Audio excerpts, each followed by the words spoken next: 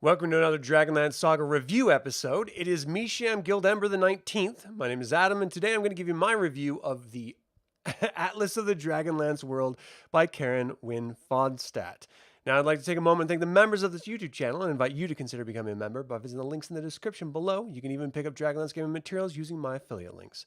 Okay, so because this is not a novel, it's a source book, and it's really just released like with the Leaves from the Inn of the Last Home source book. It's just sort of an accent to the existing Dragonlance game supplements. There's no other real reason unless you're just a novel reader and you just want to sort of indulge yourself with the maps of where the companions went throughout the course of the Chronicles and Legends novels, which does tie in directly with this, so it would make sense if that was the case as well. In either case, I'd love to hear what you have to say about it. If you happen to join live, that's awesome. Give me a shout out in the chat. Let us know what you think about this atlas. Do you have a favorite map? Do you think it was maybe not as inclusive as you would like it to be with different locations and different diagrams of buildings and such? Let me know. Let me know your thoughts. Anyway. So this was originally published in October 1987 by TSR. Again, it's by Krynn Wynn Fonstad. Now, Krynn had earned a MA in geography, specialized in cartography from the University of Oklahoma. And before she even got around to doing this, she'd already created the Atlas of Middle-earth in 1981, the Atlas of Pern in 1984, the Atlas of the Land in 1985. I don't even know what that means. And then, of course, Tracy Hickman was obsessed with her Atlas of Middle-earth. And so when he found out that she was going to be involved with Dragonlance and doing this project, he was super stoked. Now, she would go on to create one more atlas after this for TSR called the Forgotten Realms Atlas, and that would be released in 1990. Hey, Renan, how you doing? Never been able to find an original copy of this one. I had, along with a lot of other Dragonlance books, the original of this, and I gave it to a friend who then subsequently gave it to another friend. And so, alas, my copy is gone. I had to get it in PDF form, which you can get in the link below, or the link, I guess, in the description below, if I updated it correctly, which I did not. So I'll have to update that. Doggone it. I thought I had it all updated. I was totally wrong. Yeah, the description of this, I totally shit the bed on that. So, oops. At least people loved it. Yeah, people did love this, totally. Okay, so now this is a cartographer's illustrated point of view, and it focuses largely on the novels of the world and the places visited within the novels. So much so that later on, we'll sort of talk about how it highlights pathways from the novels and stuff. Now, the foreword was by Tracy Hickman, and I thought it was really funny because Tracy Hickman was saying in the foreword of this that his job was to edit the names and places and make sure that it was all spelled correctly, but it ended up being Krynn who edited him and made the names correct. And yet, at the very beginning of this book, I found misspellings of the Carolized Mountains. Two people supposedly correcting each other, and neither of them got it right until later in it. A little odd, but... And it's the first thing you're reading, too, which kind of blows my mind. Sometimes I don't think editors actually read. At least not for TSR, they didn't. All right, so this was building on the success of Dragonlance Chronicles and the Dragonlance Legends novels, of course. Other releases this year also included The Leaves from the Inn of the Last Home, which I reviewed last week, and in February... I'm sorry, that was February of 1987, and The Art of the Dragonlance Saga, which I'm reviewing next, which was originally released in 1987 as well in April. Again, this is sort of a complementary to the sole role-playing release of the year of Dragonlance Adventures, which was also released in 1987, published in September, and this was considered the end of the Dragonlance line. They did the map, Atlas of the Dragonlance World, Leaves from the Inn of the Last Home, Art of the Dragonlance Saga, and Dragonlance Adventures, rounding out Advanced Dungeons & Dragons 1.5 edition, and that was it. They were done.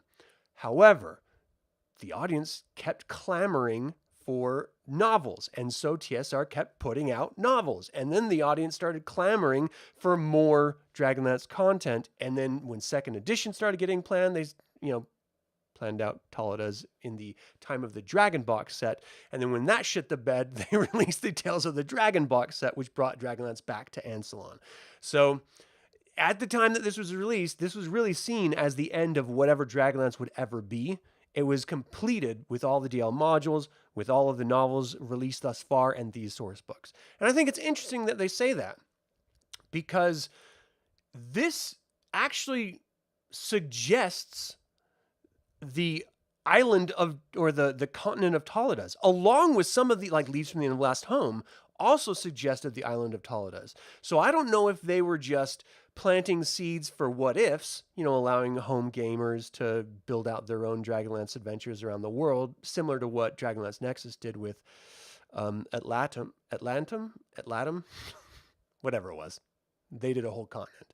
So similar to that, or if they really did, or if they were really thinking about Taladas and the Time of the Dragon box set as early as 1.5 edition, which I would be shocked if that were the case, because they were going bankrupt, but no one except for Lorraine knew that. So who knows, really? But in either case, we got this. Okay, so this combined material from all of the sources on Krynn, and also debuts maps for locations that had previously been described only textually. And one of those that I found wildly different than any maps that I recall, even though there are maps in the module, was Dragon Mountain. Like, the shape of Dragon Mountain was all the same and stuff, but they included a bunch of other locations that were geographically tied to it. And I don't recall in the novel them ever addressing Huma's tomb separate from the Dragon Mountain itself, but it was in this map. And I don't recall them talking about, like, this other sort of, I just read this and now I can't remember it. I should have made a note. This other sort of knight's pathway that was just never really addressed in the novels, but was included in this. And so I find it interesting that while all of this content was vetted, there's still a few surprises for people who feel like they have a solid grasp of the Chronicles and Legends, like me. I feel like I might know one or two things about it, but clearly I'm still learning as I read every single manual and book and etc., novel and stuff. Now, what's interesting is I have owned this since it came out, like years and years ago, but I had never literally read it from cover to cover. And I did that with a lot of books back in the day, to be fair. Unless it was a novel or like an anthology, like the game books, I never read them cover to cover. It's only now in my adult age, when I'm reviewing them for, the channel here, that I've ever read any of these source books cover to cover, which is an interesting experience because it does have a bunch of really interesting little notes and thoughts. By the end of this source book, I was getting bored with reading all these little explanation notes. I felt like I was reading one of my own reviews, which sucks because it's literally just descriptive text. And on the other side of the wall is a pantry, and the pantry leads into the foyer, and the foyer, that type of stuff. And you're just like, really? Like, that's the copy that you want to present to the audience? The most mundane, banal information that they could just glean by looking at the pretty illustration that you have right next to the text. Seems like that would be the choice to go. Oh, and the Glitter Palace. Wildly different than I imagined it to be, with different tests that are addressed in the modules, but never even mentioned in the novels itself. So, and that's really the huge disparity. If you've only ever read the novels and you never explored the modules, then you're missing on the majority of Dragonlance information because they didn't include it in the novels. They intentionally excluded it from the novels so that those playing the modules had surprises and could explore different areas and had freedom of choice, which is why it always shocks me when people say that Dragonlance modules were railroads. What? They had so many options. I couldn't believe it. Hey, Jason, how you doing, man? Hey, Anna, thanks for tuning in. Okay, so what else? Where was I? Oh, the maps describing them textually. Okay.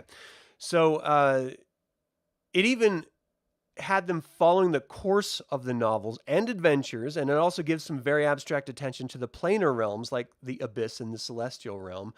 And then it finally depicted the pathways of the Dragonlance Chronicles and Legends series. So initially, it breaks it up by north, south, east, and west geographic regions, and it describes, and it starts in the south because that's where the Chronicle starts in Abanasinia and Solace.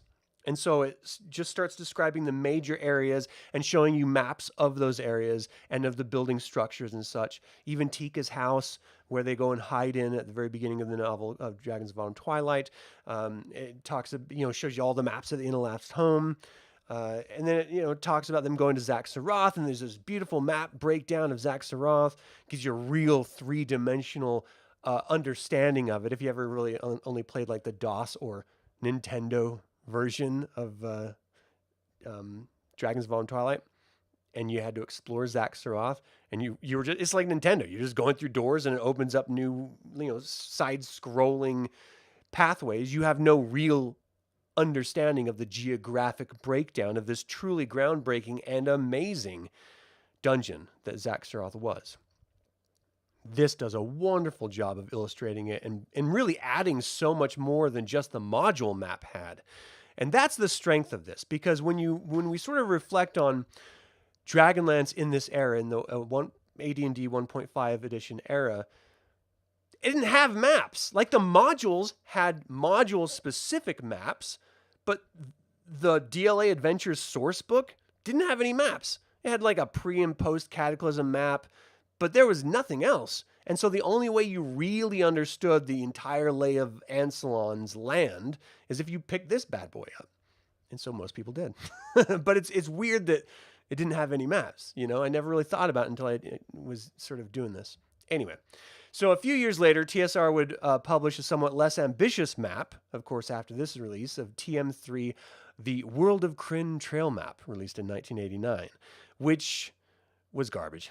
It was just this tiny little fold-out map as if it was in your glove compartment, your glove box in your car, and you were just going to like unfold it like that and look at different maps and stuff. Really garbage. I don't know why they even did it, to be honest. Probably just make a few bucks, but it was garbage.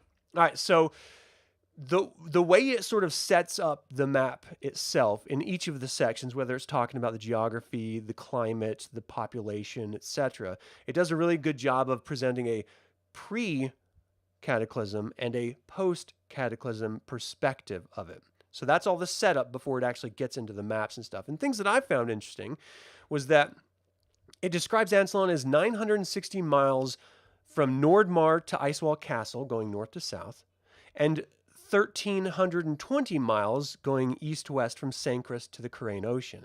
And that really gives you the scale of Dragonlance. Now, of course, when Tales of the Lands box set for 2nd edition Advanced Dungeons & Dragons comes out, that changes. And that was one of the changes that people sort of pumped their fists in the air shouting at TSR about, because why are you changing the geography? But I love how it's just broken down with that context. Instead of just showing a map and just showing a legend saying, this hex equals X miles, it gives you the full scope of it.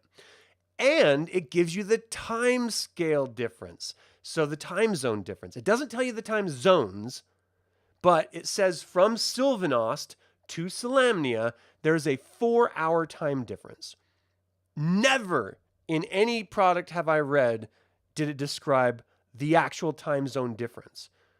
Now, time zones are only a thing if you're actively communicating from one side of the continent to another. The only people who could ever possibly do that would be wizards.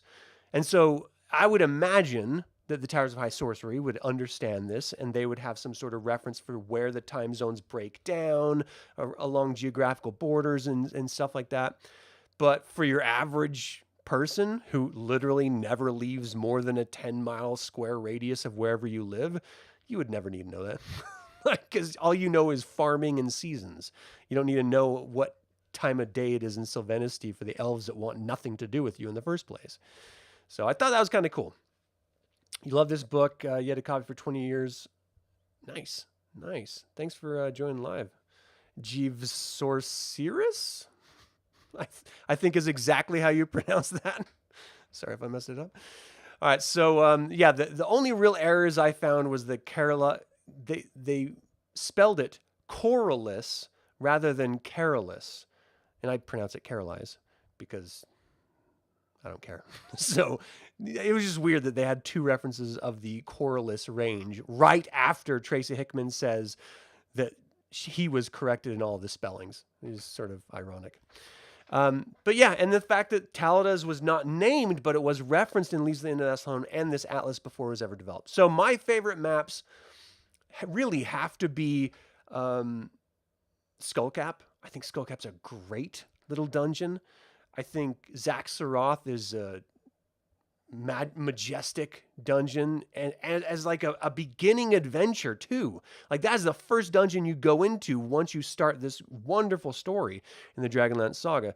So I think that is a great one. I loved seeing the little details like Tika's home layout and stuff so that you, when you are running it or whether you're playing it, and your DM can then have a reference and he can either draw it out for you or he can just show you the diagram and say, oh, this is where you are right now and stuff. Because if you got to kind of remember that first edition of Advanced Dungeons and Dragons was pretty much theater of the mind.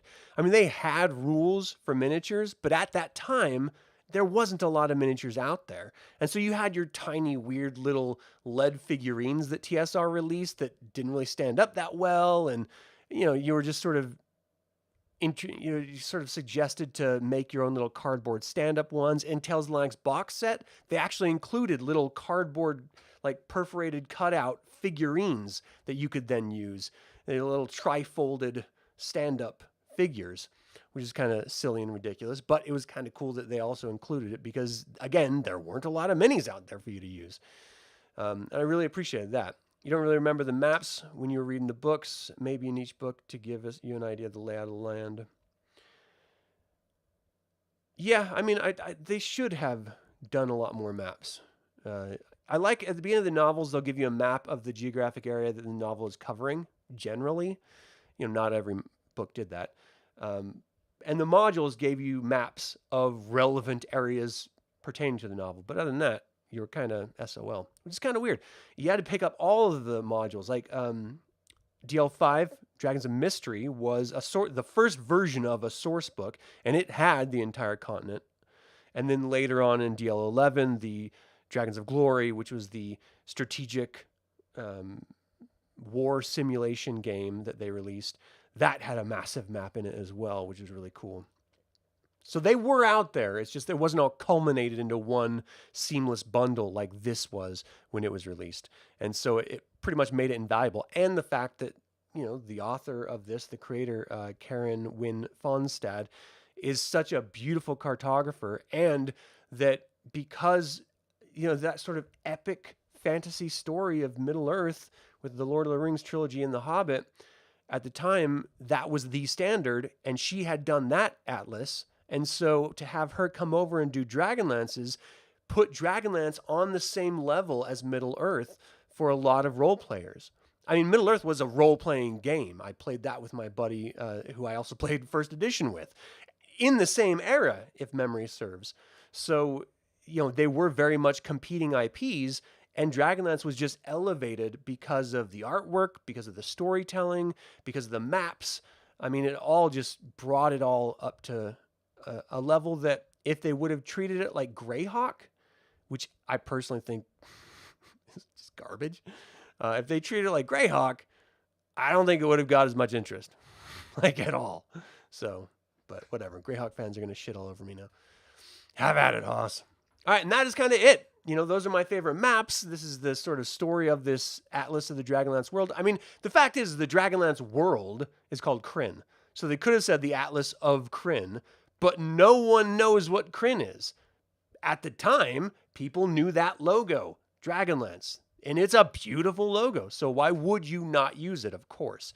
And so I found that very interesting. And you can make the same argument about Middle-earth. If you weren't a gamer or a hardcore reader of fantasy, you probably didn't know what Middle-earth was.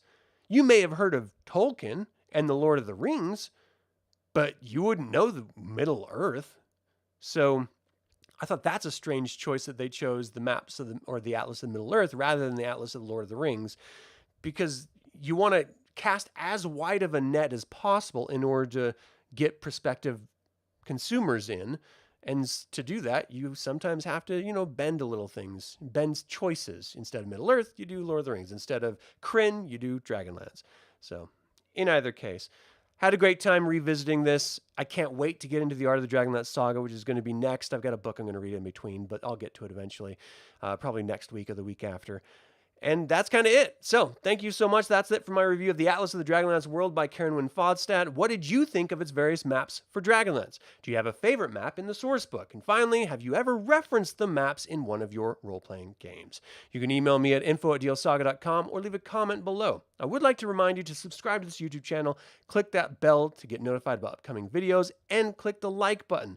All of that goes to help other Dragonlance fans learn about this channel and its content. And of course, this channel is all about celebrating the wonderful world of the Dragonlance Saga. Thank you so much for joining in that celebration. So, my name is Adam. Until next time, Slán Javar.